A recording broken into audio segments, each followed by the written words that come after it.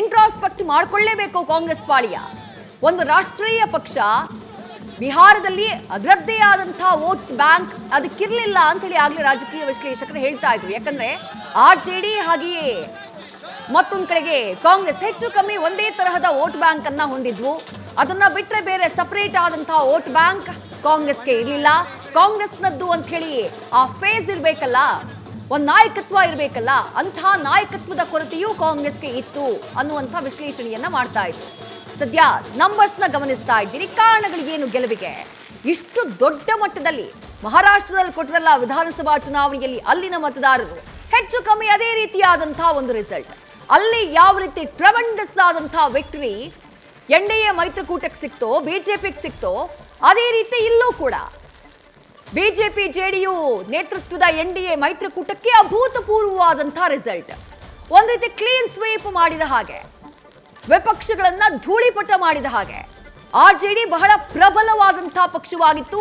ಕಳೆದ ಬಾರಿ 110 ಸೀಟ್ಗಳಲ್ಲಿ ಅವರು ಗೆಲುವನ್ನ ದಾಖಲು ಮಾಡಿದ್ರು. ಆದರೆ ಈ ಬಾರಿ ಕೇವಲ 36, 70ಕ್ಕೂ ಹೆಚ್ಚು ಸೀಟ್ಗಳನ್ನ, 75ಕ್ಕೂ ಹೆಚ್ಚು ಸೀಟ್ಗಳನ್ನ ಕಳ್ಕೊಂಡ್ಬಿಟ್ಟಿದ್ದಾರೆ. ಕಳ್ಕೊಳ್ಳೋದಕ್ಕೆ ಏನು ಕಾರಣ? RJD ಕಾಂಗ್ರೆಸ್ ಮಾಡಿದಂಥ ಎಡವಟ್ಟುಗಳ ಅಥವಾ ಅವರ ಅಪ್ರೋಚ್ ನಲ್ಲಿದ್ದಂಥ ಆ ಲೂಪ್ ಹೋಲ್ಸ, ಅಥವಾ ಬಿಜೆಪಿ ಅಥವಾ JDU NDA ಮೈತ್ರಿಕೂಟ ಅವರು ಅಖಾಡದಲ್ಲಿ, ಚುನಾವಣಾ ಅಖಾಡದಲ್ಲಿ ಕಾರ್ಯಗತಗೊಳಿಸಿದಂತಹ ತಂತ್ರಗಳ? ನಮ್ಮ ಮೈತ್ರಿಕೂಟ ಮಾಡಿದಂತಹ ಅಭಿವೃದ್ಧಿಗೆ ಸಿಕ್ಕಂತಹ ಗೆಲುವು ಅಂತ ಹೇಳಿ ಬಿಜೆಪಿ ನಾಯಕರು ಇದನ್ನ ವಿಶ್ಲೇಷಣೆ ಮಾಡ್ತಿದ್ದಾರೆ. ಮೋದಿ ಅವರನ್ನ ನೋಡಿ ವೋಟ್ ಹಾಕಿದ್ರು, ನಿತೀಶ್ ಕುಮಾರ್ ನಾಯಕತ್ವವನ್ನ ನೋಡಿ ವೋಟ್ ಹಾಕಿದ್ರು ಅಂತ ಹೇಳಿ ವಿಶ್ಲೇಷಣೆ ಮಾಡ್ತಿದ್ದಾರೆ. ಬಟ್ ಒಂದಿಷ್ಟು ಕಾರಣಗಳನ್ನ ನಾವು ಲಿಸ್ಟ್ ಮಾಡಬಹುದು. ಗೆಲುವಿಗೆ, ಇಷ್ಟೊಂದು ದೊಡ್ಡ ಪ್ರಮಾಣದ ಗೆಲುವಿಗೆ ಕಾರಣ ಏನು ಅಂತ ಹೇಳಿ.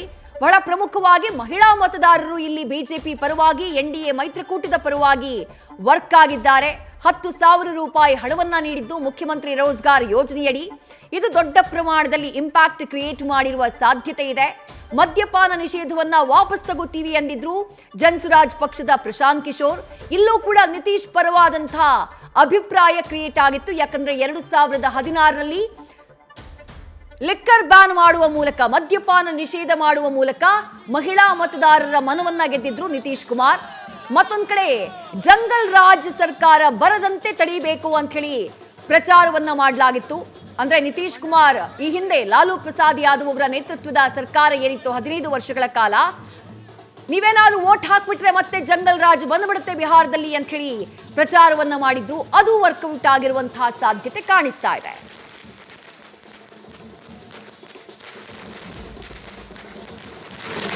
मैं बहुत खुश हूँ कि लोगों का विश्वास जो उन्होंने मुझ पर जताया और इसको लेकर के मैं आगे बढ़ रही हूँ, तो ये जीत मेरी नहीं है, उन सभी लोगों की जीत है जिन्होंने मुझ पर विश्वास किया.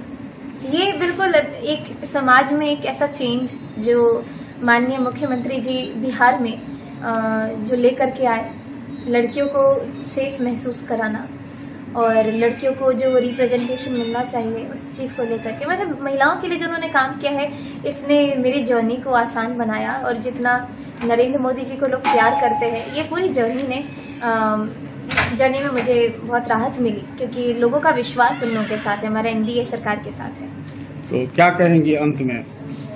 अंत में यही कहना चाहूँगी कि ऐसे ही आशीर्वाद बना रहे. और ये तो मेरी लड़ाई तो अब शुरू होगी, अब तो मेरा काम शुरू होगा कि अगले 5 साल में लोगों की कैसे सेवा करूं और अपने आप को साबित करूं. तो क्या अब सीतानगर बनेगा?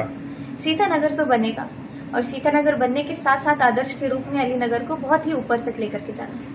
अच्छा, अपने वोटरों को आप एक गीत के माध्यम से किस तरह धन्यवाद करना चाहेंगे? अपना किशोरी जी के टहल बजे बई हे मिथिले में रह गई, हमरा ने चाहे चारों धाम हे मिथिले में रह गई. और इसके साथ एक बधैया गीत सुनाऊंगी.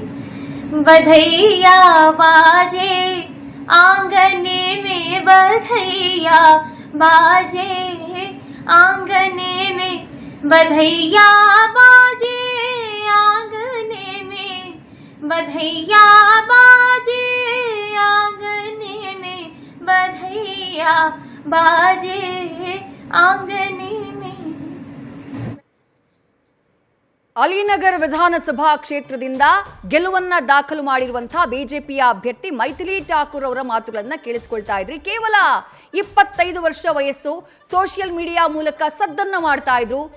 ಟಿಕೆಟ್ ಹಂಚಿಕೆಯ ಸಂದರ್ಭದಲ್ಲಿ ಮೈಥಿಲಿ ಠಾಕೂರ್ ಯುವ ನಾಯಕಿ 25 ವರ್ಷದ ಮೈಥಿಲಿ ಠಾಕೂರ್ಗೆ ಟಿಕೆಟ್ನ ನೀಡುವ ಮೂಲಕ ಬಿಜೆಪಿ ಅಚ್ಚರಿಯನ್ನ ಮೂಡಿಸಿತ್ತು. ಅಲಿನಗರ್ ವಿಧಾನಸಭಾ ಕ್ಷೇತ್ರದಿಂದ ಮೈಥಿಲಿ ಠಾಕೂರ್ ಗೆಲುವನ್ನ ದಾಖಲು ಮಾಡಿದ್ದಾರೆ. ನ್ಯೂಸ್ ಫಸ್ಟ್ ನಿರ್ಭೀತಿಯಿಂದ ನಿಮ್ಮ ಪರವಾಗಿ.